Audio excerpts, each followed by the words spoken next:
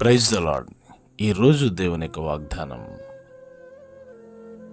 నిన్ను తృణీకరించు వారందరూ వచ్చి నీ పాదముల మీద పడెదరు. యెషయా గ్రంథం 60వ అధ్యాయం 14వ వచనం. పిల్లరా, ఎవరైతే మిమ్మల్ని బాధిస్తూ ఉన్నారో వారు మీ వద్దకు వచ్చి సాగిలపడతారు. ఎవరైతే మిమ్మల్ని తృణీకరించిన వారుగా ఉన్నారో వారు మీ పాదముల మీద పడెదరు అని దేవుని లేఖనం సెలవిస్తుంది.